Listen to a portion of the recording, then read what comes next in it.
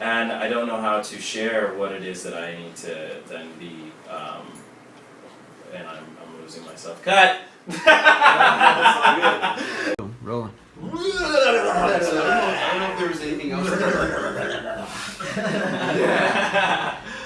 Dude, I want And we're back.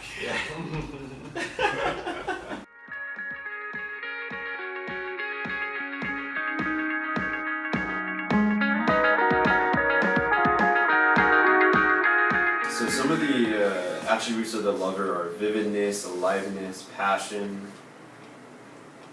I wrote the lover's drive is to satisfy the hungers of our species for reproduction, food, well-being, creative adaptation to life's hardships, and ultimately a sense of meaning. And that was something that it talked about at the end, was like, that really is like the biggest thing, is having a sense of meaning, having like a sense of purpose, and the lover is like all about that. The lover is the sensory experience part of the psyche, the archetype of play and display, being in one's body without shame, sensually aware and sensitive to the physical world in all its parts and splendor, related and connected to them all, drawn into them through sensitivity, through the sensitivity of sensuality. And I thought this was really cool. One part it says, his sensitivity leads him to feel empathetically and compassionately united with all things and people, to feel the greater oneness.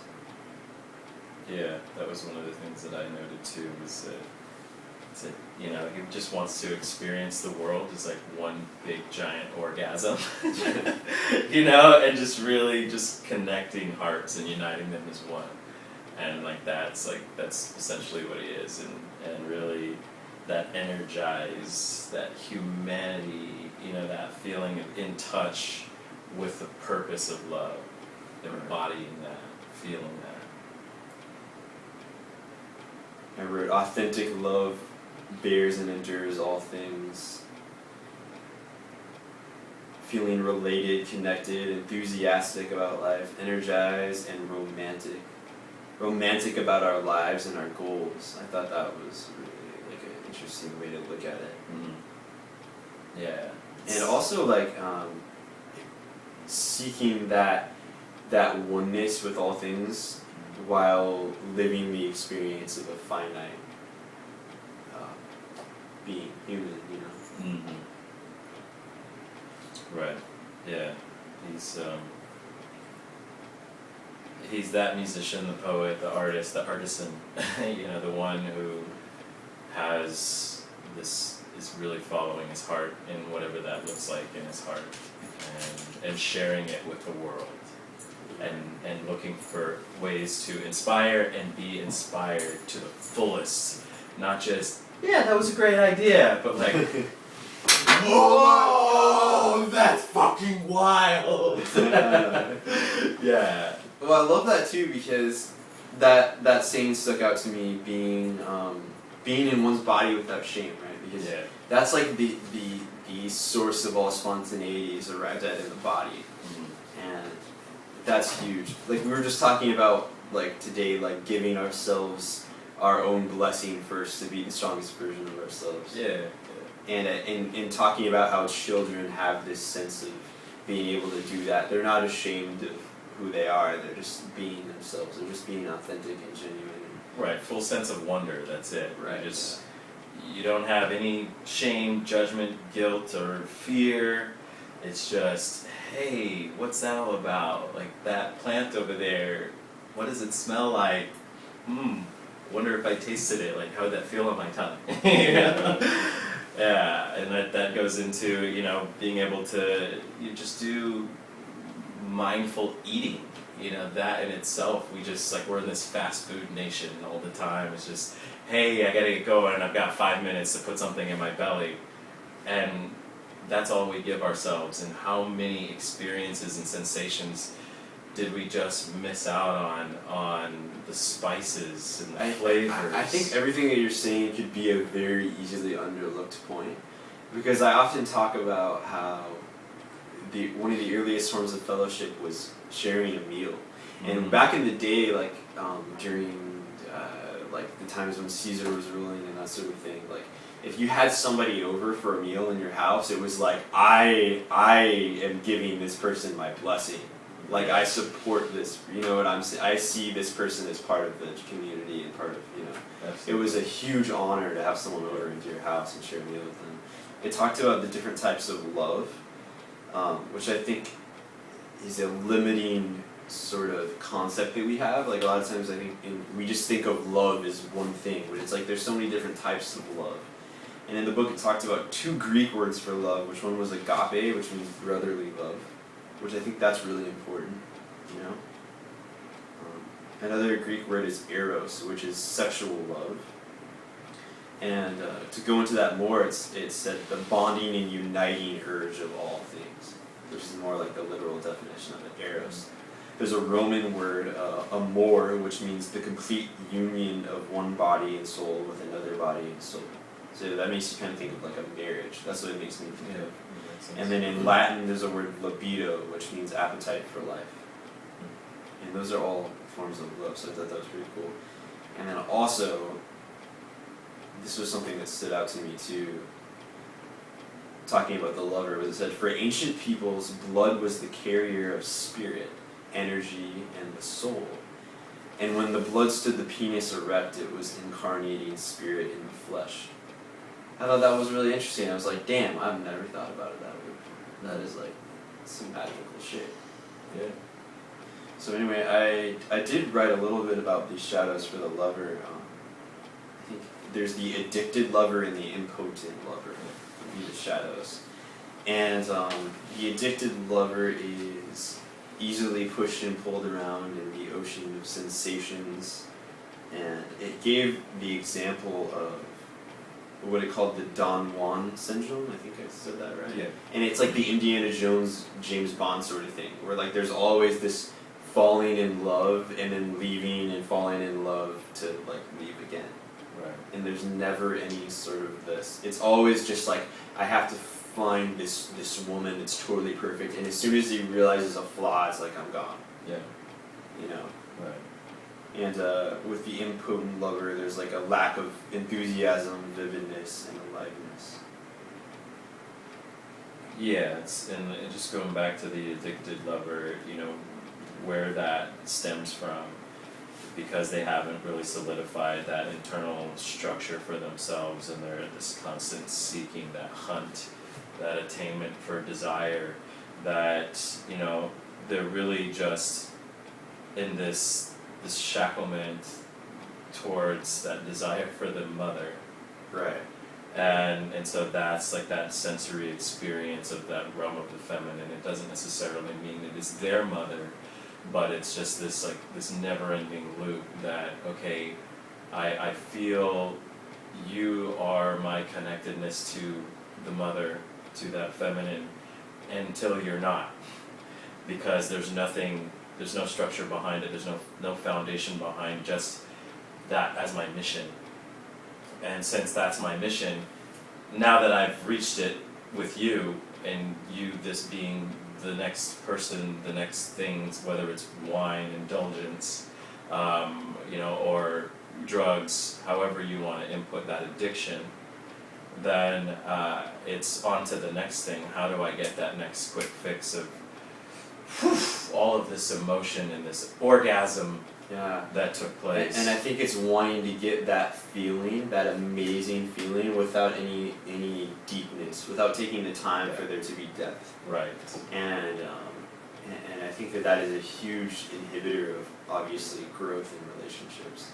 Exactly. Having a very, you know, where your sexual relationship is not just on a carnal level. Right. There's something more, and that's growing. You know, there's a presence underneath.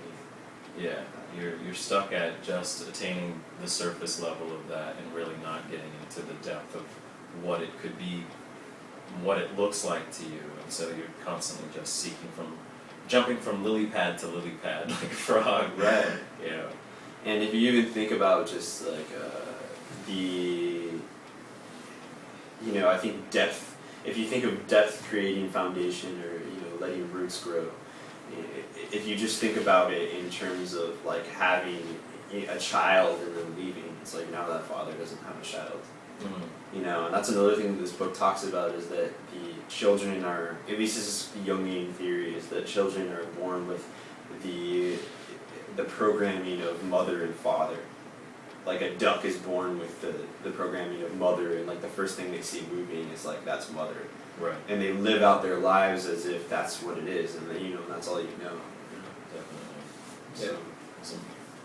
So then going back into the impotent lover, you know, what are these, some of these traits that we would see for the impotent lover is, you know, they're being chronically depressed, feeling cut off from themselves and from others, and starting to withdraw from any of those demands in life, losing that zest for life, feeling like there's really, you know, there's nothing to live for, even being sexually inactive, whether by choice, or just by circumstance, whatever that circumstance may be, using all of these as fuel towards driving that impotence. You know, oh well, I don't need to go there because I know that nobody's gonna want me anyway, or I don't even feel like looking for a girl or trying that wine because I'm probably not gonna like it anyway. So just constant state of victimhood and just that feeling of chronic depression, feeling cut off from the world. And I think you know, from there it's losing that zest for life, that sense of joy and excitement towards the next thing and whatever that looks like, and all that is included. And so it's really the person, for example, who is invited to all of these cool places or to hang out with his friends, and he or she stays back and says, no, it's not for me. You guys go have a good time. Like, you're probably gonna be tied down with me there anyway, so it's better if you guys just go without me. You know, in reality, a part of me really longs for that connection with you all, but I'm trapped in this victimhood of my mind right now, this belief or idea that I am not going to contribute to a fun time, or that I'm not good enough for a fun time, or that I am, maybe I don't have the energy for it. You know, so those are some of the aspects of the impotent lover. Yeah, and I think it's really accurate how they're portrayed as bipolarities, because it's like as soon as they're, you know, the addicted lover is always looking for that fix, the orgasm, the feeling, and always, you know, just kind of the shallowness of that. And I think as soon as that's over, it's like you're stuck with the existential feeling of not having any sort of deeper thing that you're going for other than that just pleasure, you know, that instant gratification. And that kind of is the side of the impotent lover immediately, is the existentialism and the why and just kind of feeling nothing. Yeah. And I think that, so I think just the way that flips like that is really just evident of the bipolarity. And before we go on to the next archetype, do you want to talk about accessing the lover in his fullness? Absolutely, yeah, the way to find the balance, as you spoke of. Yeah. So one of those ways that we can access that lover in its fullness is by just slowing down, seeing the beauty in things instead of just consuming that fast food mentality, fast food nation, and not just being fast food as speaking of food in itself, but more just that quick consumption without the experience, without really taking that pause, that deep breath in, pause, exhale,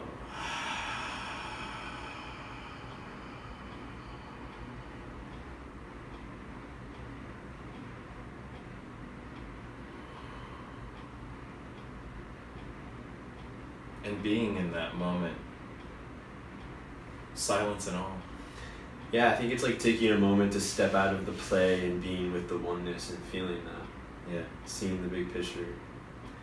and also the love of growing your own food, growing your own vegetables in a garden that you've tended the soil and you've watered the plants and you've taken care of them and harvested when the time was ready, and then you prepare the meal yourself with friends, and you know how to season it and everything like that, and like your capacity to appreciate that with other people is so much deeper than just going and getting something quickly, and you don't know how it was prepared or where it came from or anything.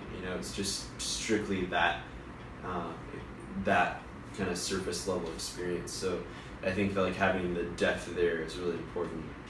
Yeah.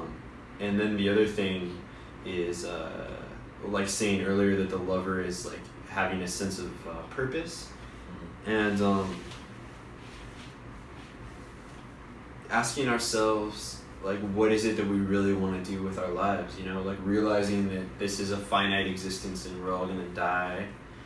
And what is it that we really want? What dreams do we really have that we want to pursue, that we want to share with the world? And I just finished reading Artist's Way, and one of the affirmations it had in there was, as we approach our dreams, we approach our divinity. And our dreams come from a divine source. So as we approach our dreams, we approach our divinity. And I think that's an awesome perspective of that's what we nurture, and like the things that we do that light us up and bring us joy and that we love to share with other people. Those are kind of like our spiritual fruit, and pouring ourselves into that, I think that's a great way to have balance in the Lover Archetype. Absolutely, yeah. Finding that sexy project, that way to connect with that creative and fun energy, like you mentioned, having a hobby, if it's not your job, your day-to-day that pays the bills, then making the time for whatever that is that really drives your passion, drives your aliveness, and trying new things. If it's not the first thing that you did, you took up guitar and you realize, not to say you, because you're great at the guitar, but like some people, you take up the guitar and it's like, oh man, this just really isn't working for me. Okay, that's fine, cool. Well then, pick up a pen and a paper and write poetry, whatever it is. Keep seeking that which feeds your soul, and however it may come about, whenever it may come about, eventually it will come about. There will be an unlocking of that passion for you. And I think what's so important regarding that you just made me think of was just earnestly pursuing those things because you have a desire to. When I started playing guitar, I remember my dad tried to teach me some like really common chords and stuff. I was so bored by it that I didn't even look at the instrument for weeks. And then one day I just heard TNT like on the radio by AC/DC, and I was like, I think I can play that. I think I can probably play that. And I looked up a tab, and it was the first song that I learned how to play. Nice. And then it was just from there. It was just from I just want to have fun, and so I think that's like having that be kind of the source of like I love doing this, and I just want to do this because of that. Perfect.